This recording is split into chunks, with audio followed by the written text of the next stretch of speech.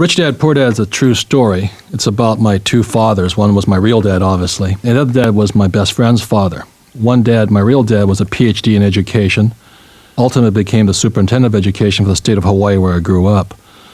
My best friend's father was my rich dad. He was a man who started with virtually nothing, and by the time he passed on, he was one of the wealthiest men in Hawaii. So when you look at the hula girls and the palm trees and the white sand beaches and the hotels, well, he owned the land underneath those big hotels and things like this. So he passed on a massive fortune to his children. So Rich Dad, Poor Dad is a true story about what two fathers, one highly educated and one very rich, tell their sons, my best friend and I, about the subject of money. And in my book, Rich Dad, Poor Dad, which is technically accurate about financial intelligence and financial literacy, in other words, I made the subject of finance and business so simple a kid could understand it, and it's written that way, because I was only 9 years old when my rich dad began to teach me.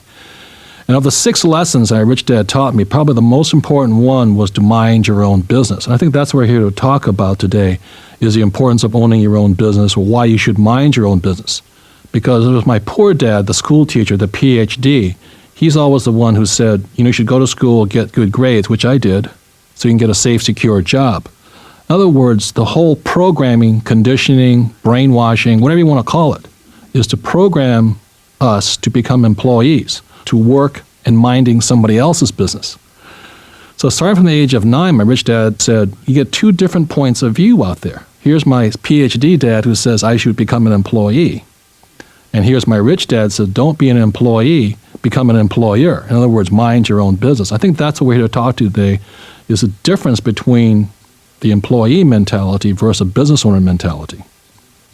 The way the wealthiest people get rich is via business. Like Thomas Edison founded a company called General Electric. Henry Ford founded a company called Ford Motor Company, if you realize.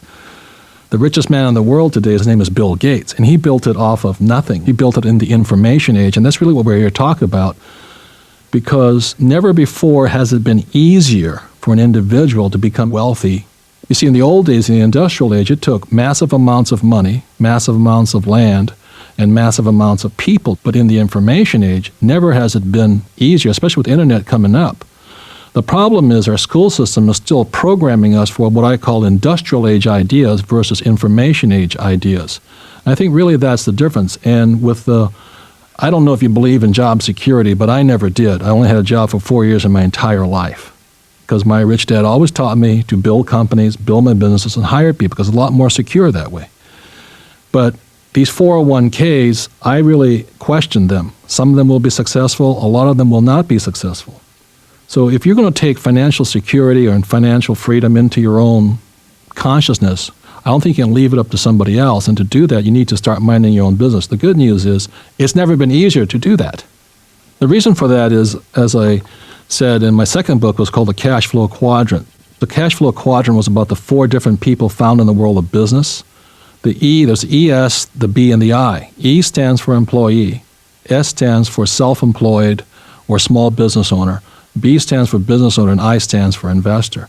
The E and the S, although you can become very wealthy that way, that's probably the hardest way to get wealthy, simply because it requires you to work hard. A business owner is different. A business owner requires a system. And I think that's one of the hardest things for most people to kind of cotton on to. Bill Gates didn't get rich selling software. Bill Gates got rich building a system. I today have an oil company, a real estate company, et cetera, but I build systems. I have other people working for me. So the point I'm making here, which we're going to talk about, there is a vast difference. You can cover in Rich Dad, Poor Dad between somebody who's been conditioned to think like an employee versus somebody who's been conditioned to think like a business owner. I think the hardest part for people to make the big shift is the difference between what we've been conditioned to think and what we need to think if we want to achieve. The quadrant was from where does your cash flow come from? Does it come as a W-2, an employee? Does it come because, a self-employed person is a person like my accountant, and an attorney is a self-employed. And they measure their revenue in the hours. I charge you $100 per hour. Or a salesperson will say, my commission is 6%. The problem is it's them still physically working. A business owner and an investor, a business owner wants a system to work for them. and an investor wants their money to work for them. So we go to school, we become doctors, and most doctors become self-employed. But the trouble is they have to work really hard. The reason you know you're self-employed is if you stop working, your income also stops, and that's the problem. The reason I can stop working is because my system continues to work for me. The point I'm making here is mentally, technically, in other words, there's different technical skills you need to learn. Like a doctor needs to know different technical skills than a plumber. Well, to be a business owner, you need different technical skills, but most important is emotional. You see, the thing here is that most people don't understand is I drill for oil. It's one of my companies, and real estate. And it's, we just struck oil in Portugal, major find. Everybody goes, oh, you must be rich now. Well, no, as a business owner, I'm not rich right now. You know, my rich dad used to say to me, success is expensive. In other words, I struck oil, I have to go raise another $10 million. So my employees get paid. They get paid money. But I'm building an asset. I am building a system, and the system is what makes me really rich. I have not taken a penny out of that oil well, even though I've struck. I have to raise $10 more million to go drill more oil wells. And so the problem that most people don't understand is this idea of delayed gratification. We've been trained to expect a paycheck every 2 weeks. Or if I do an hour's worth of work for you, I want to get paid within 30 days or whatever it is. A business owner needs to think differently. They think longer term. They're thinking of becoming extremely wealthy. My rich dad used to say there's 3 positions people operate from. Number 1 is they work just to feel secure or to survive. And you can tell it by their words. And the most important thing is listen to a person's words.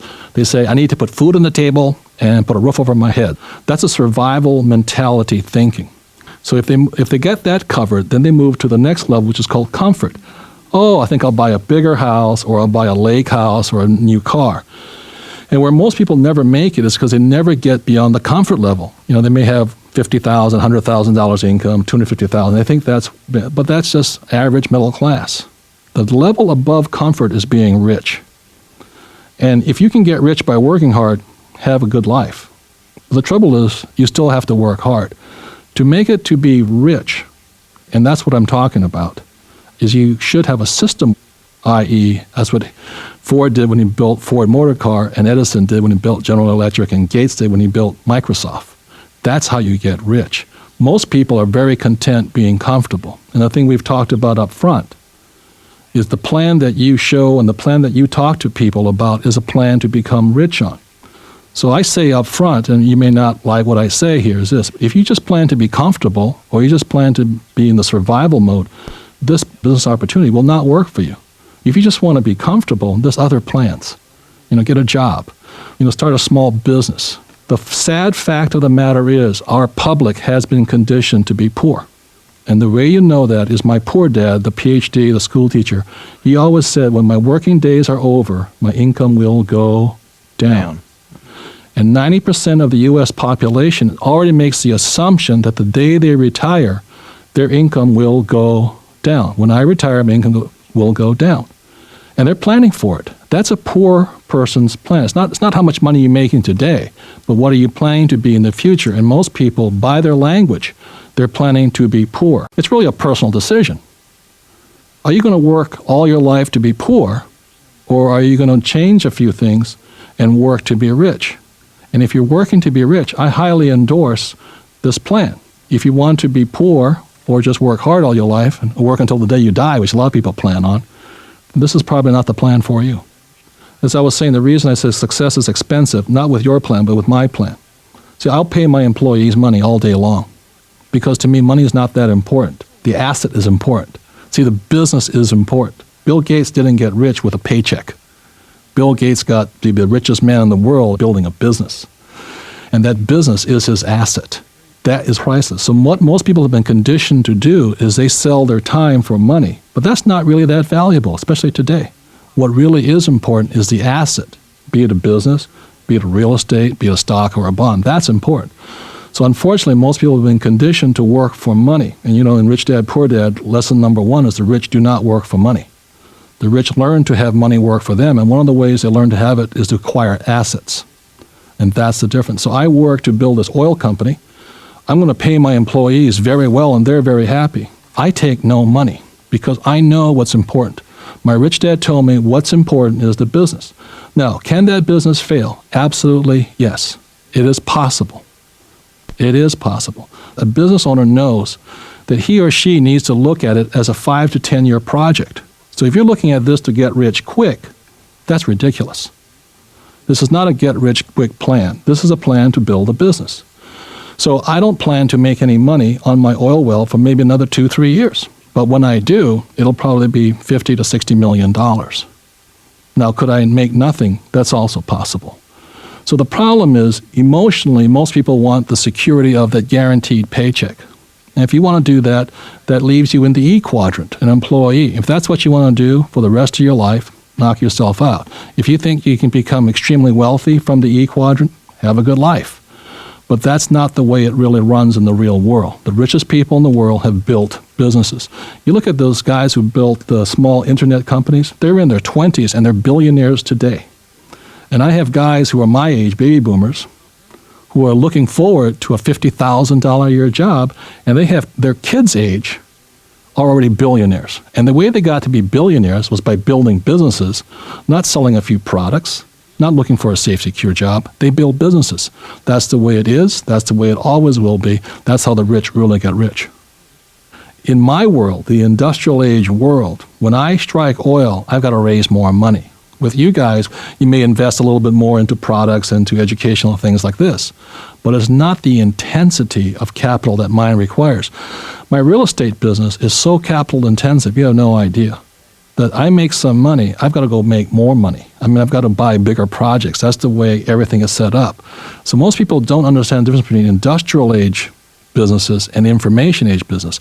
The plan you're showing is an information age business. It's the wave of the future. It's the thing to do today. And unfortunately, our school system and many of our parents are still thinking industrial age. You should get a safe, secure job, make sure you have a good pension, but those days are gone.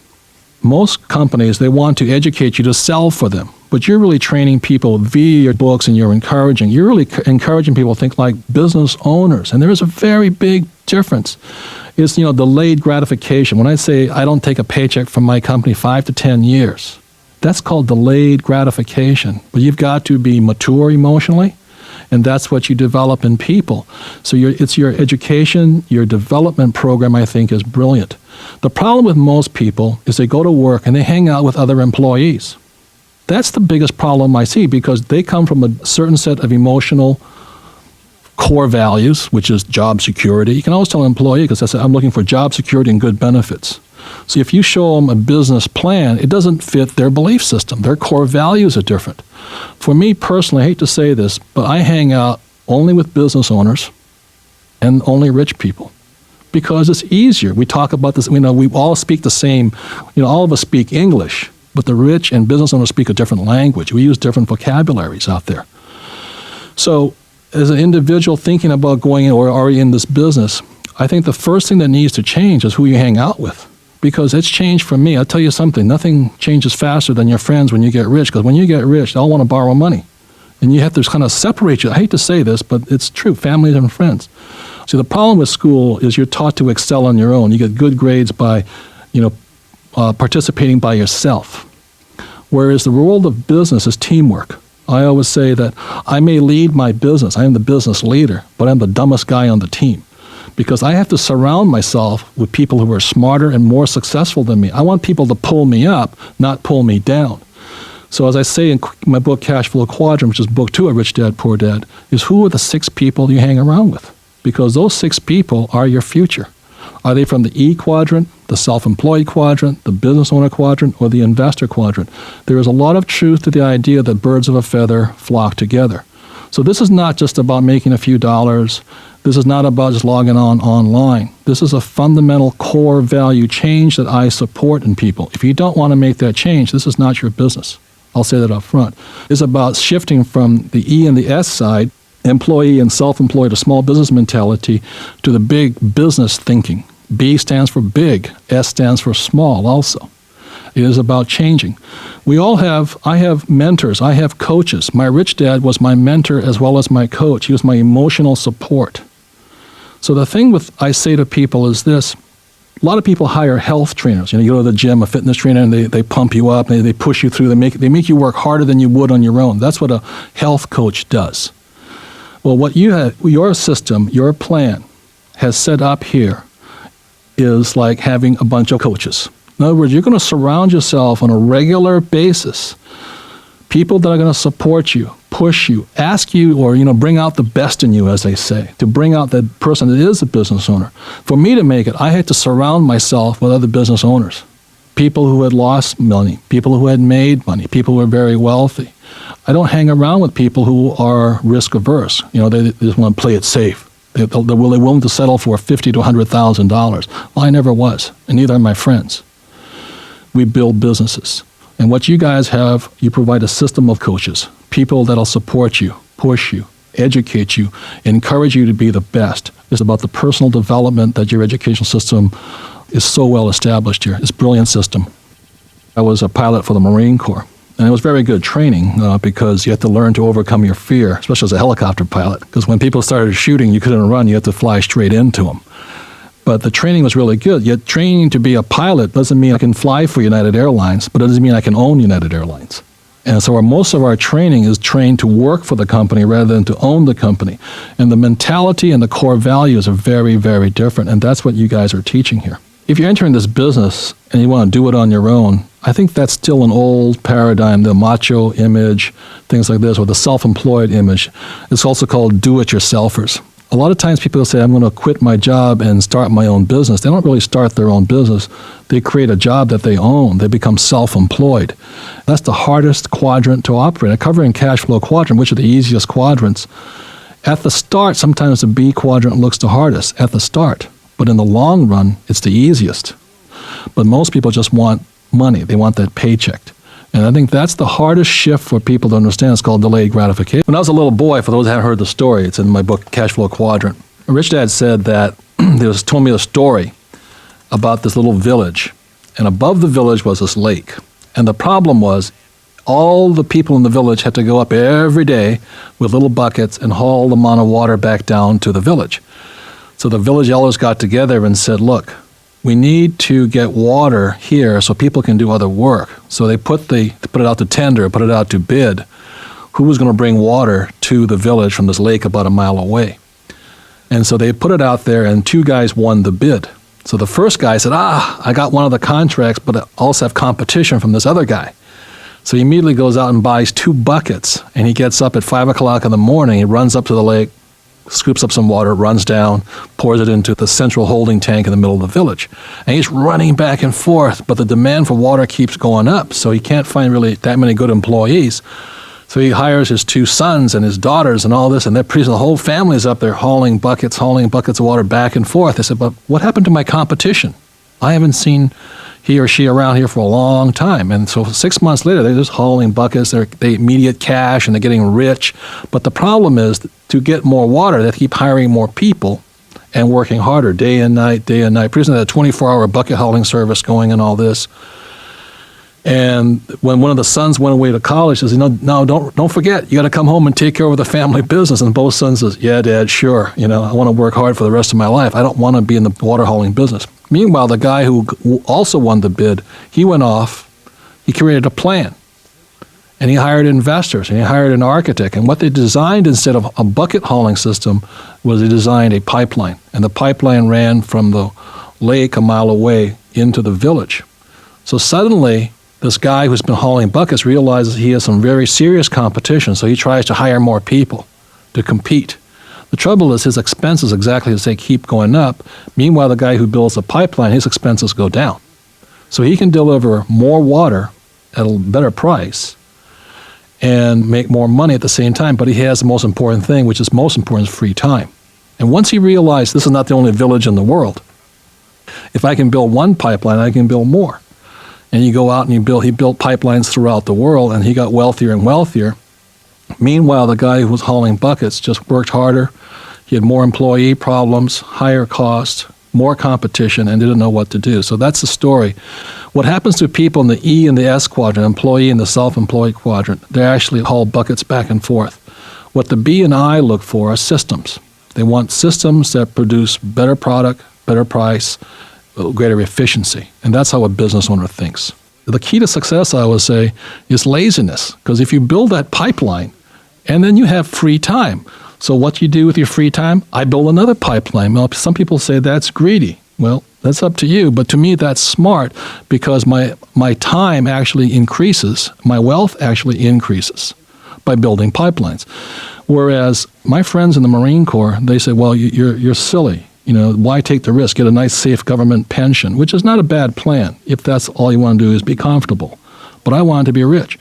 Today, those guys are comfortable, and today I have pipelines. When I worked for 4 years for another company, I saw my boss who said to me, says, when I quit my job, I only had 4 years, says, you're not going to make it. Well, I saw him the other day. In San Francisco Airport, I saw him. He's still making $120,000 a year. And he asked me, he says, what happened to you and your friend, my friend and I who quit the company at the same time? I said, well, he just sold his company for $17 million, and I sold mine for several million also. We're financially free. And that's the difference. My boss is still hauling buckets, and we built pipelines. And the choice is up to you. One's not better or worse. It's just a matter of where you are at this stage of your life. That's the only difference. It was 1978 or 77, I took the step. I was going to start my own business. I left the security of the job world. And all my friends, that was the hardest part, was because all of them wanted me to stay where they were at. They kept saying, you're not going to make it. It's too risky. What are you doing that for? You have a good career. And it was your friends. And that's why I write in Cash Flow Quadrant, who are the 6 people you spend time with? Are they pushing you up or are they pulling you back? And including your spouse and your children, are they pushing you up or are they pulling you back?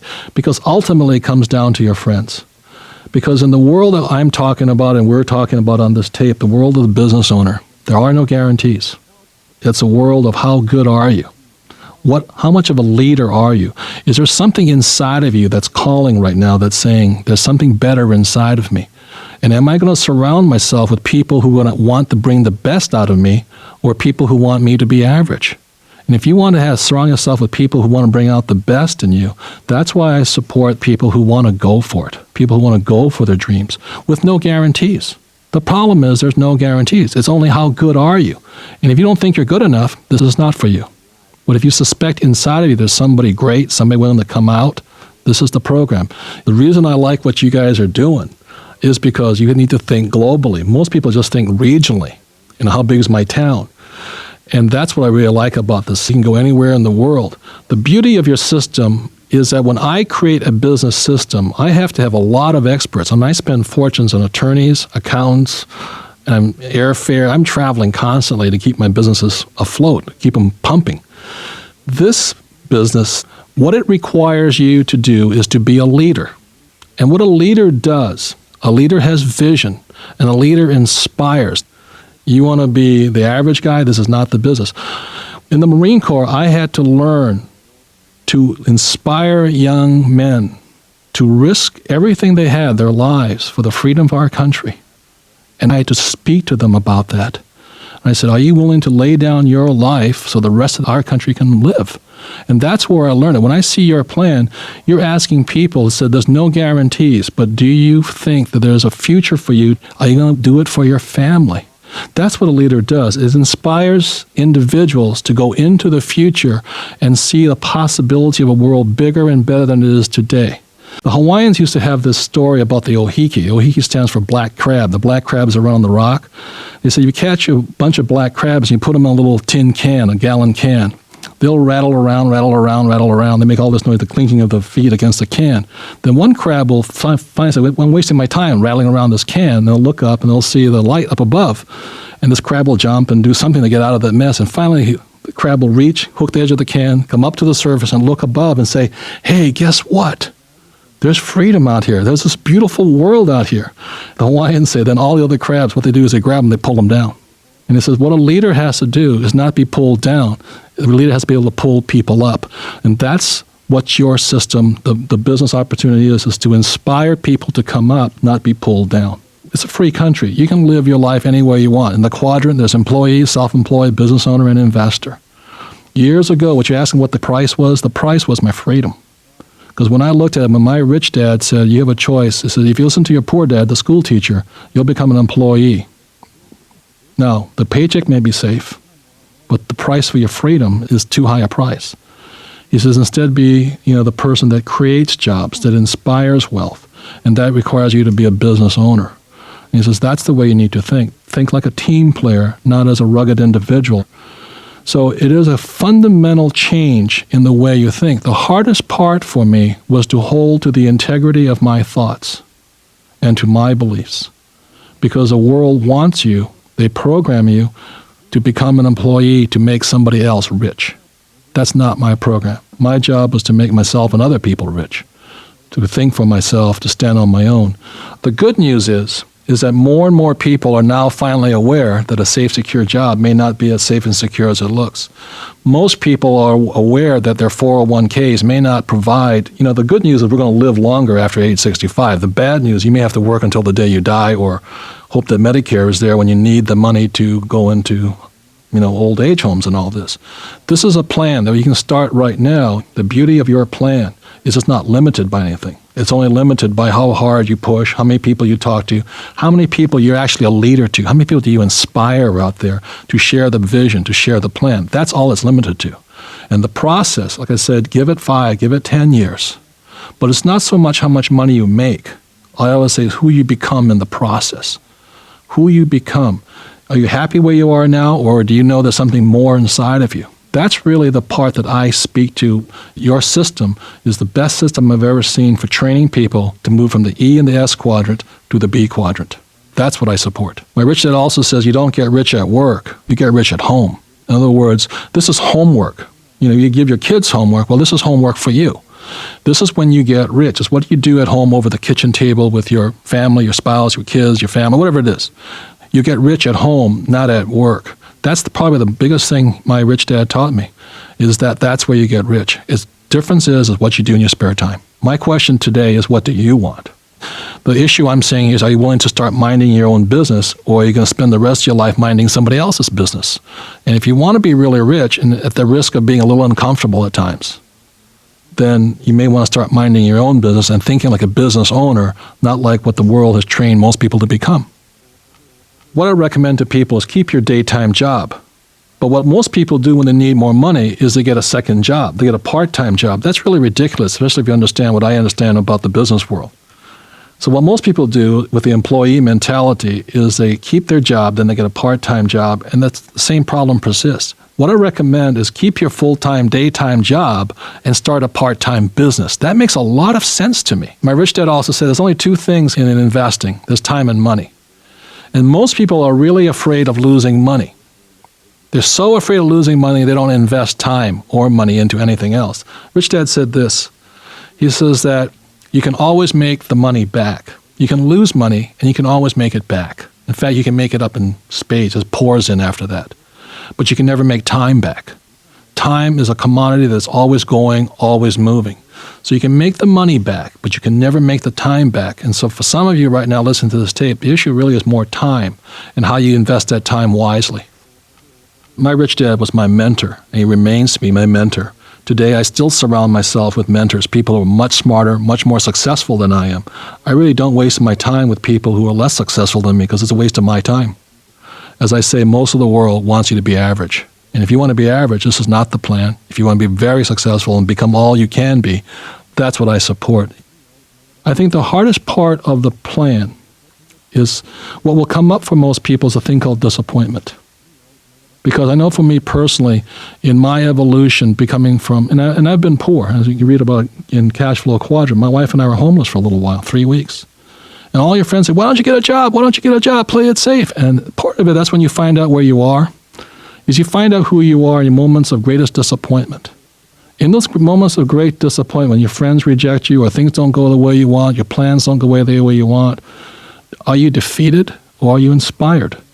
And one of the greatest lessons my rich dad taught me, and which is what your system teaches people, in your moments of greatest disappointment, you find out who you are. Are you more motivated, more inspired to go on, or are you defeated by the disappointment? Because disappointment will let you go either way.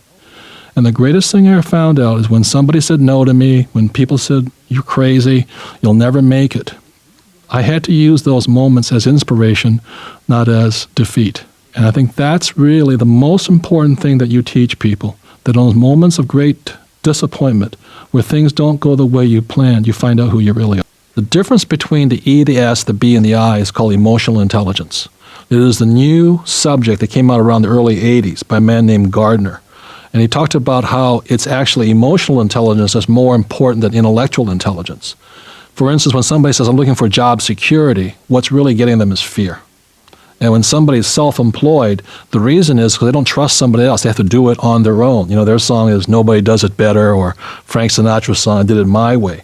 The problem with doing it that way, you have to work. You have to manage your employees. You have to do all that system. You are the system. And so for somebody to make the transition from the E, employee and self-employed, to the B side is really an emotional shift. And what you talk about is a fear, it's a peer pressure. With you, it's family pressure because it was a family business and all this. So the thing I talk about emotional intelligence is how do you overcome your fear? And the story that I tell people is that one day in Vietnam, I was flying my helicopter gunship off the aircraft carrier. I was up at 1,500 feet, had a crew of 5, myself and crew chief, co-pilot, and 2 gunners. And at about 1,500 feet, we were fighting for a city called Quang Tri, where we knew, this is 72, we knew we were going to lose the war in Vietnam. And suddenly the NG gauge flickered on my aircraft. And the moment, I remember in flight school when they said when that NG gauge flickered, it meant that you were about to crash. And suddenly I looked at that thing, and immediately thereafter, the engine of my aircraft quit. Now, a helicopter flying with 6 machine guns, 36 rockets, and a crew of 5 at 1,500 feet, it flies like a rock. It goes down. The tower said that up until the moment of the engine quitting, I sounded like John Wayne. So the moment after that engine quit, I sounded like a soprano and going, Mayday, Mayday, I'm going to die, Mayday. Now the point I make here is this. What they train you to do in the Marine Corps as a pilot, when your engine quits, what you're supposed to do is push the nose forward. But what happens is your emotions say pull back because you want to climb, you want more altitude, you want to feel secure again. So what kills most pilots is that split-second decision right in there. Are you going to make that decision? Are you going to pull back? Are you going to push forward? Now, as soon as that engine quit, the aircraft starts to sink. The last thing you want to do is push that nose forward. It is the very last thing you want to do. And what we were trained to do was immediately push rock the nose as fast as possible, push it down, not pull it back. The reason a pilot pushes forward is because that's how you pick up speed again. You pick up momentum. If you pull back, unfortunately you lose momentum and you fall faster. It's the strangest thing. And what happens to most people in life, when fear hits them, they don't push forward, they pull back. So some of you sitting listening to this tape right now and the fear is coming up. What are my friends going to say? What happens if I don't make it? There's no guarantees. And what most people do, which is emotional intelligence, is instead of pushing forward, they pull back. But to survive in this world, the reality is sometimes you need to push forward. Not all the time. But in this situation, flying that aircraft, engine quit, immediately I wanted to pull back. Everything emotionally said pull back, screaming, I want to live. But to live, my mind says you must rock that nose forward. And so what the pilots call is looking at the eyes of death. At 1,500 feet, I had to push that nose forward. All I saw was the South China Sea coming up at me at high speed. I had to maintain my cool, keep talking to the tower, say, Mayday, Mayday, Mayday. I had to keep pushing that nose forward, keep pushing that nose forward, holding forward. Today as a business owner, my success lies when everybody else says pull back, and even when myself says pull, I say to myself pull back. I know sometimes I need to push forward and go against the very thing that seems like the most fearful, seems like the most certain, sometimes death. But that's what emotional intelligence is using your mind to overcome your fears. And I think the most important thing that your plan offers is that personal as well as emotional support, getting together, studying the same thing, listening to the tapes, having people who are pushing forward instead of pulling back. The unfortunate thing for most people in the world, especially if they're E's and S's, is most of their friends, when you talk to them, they'll initially want to pull back. But sometimes in your life, you need to make that decision. You'll say, this time I'm going to push forward. And that makes all the difference.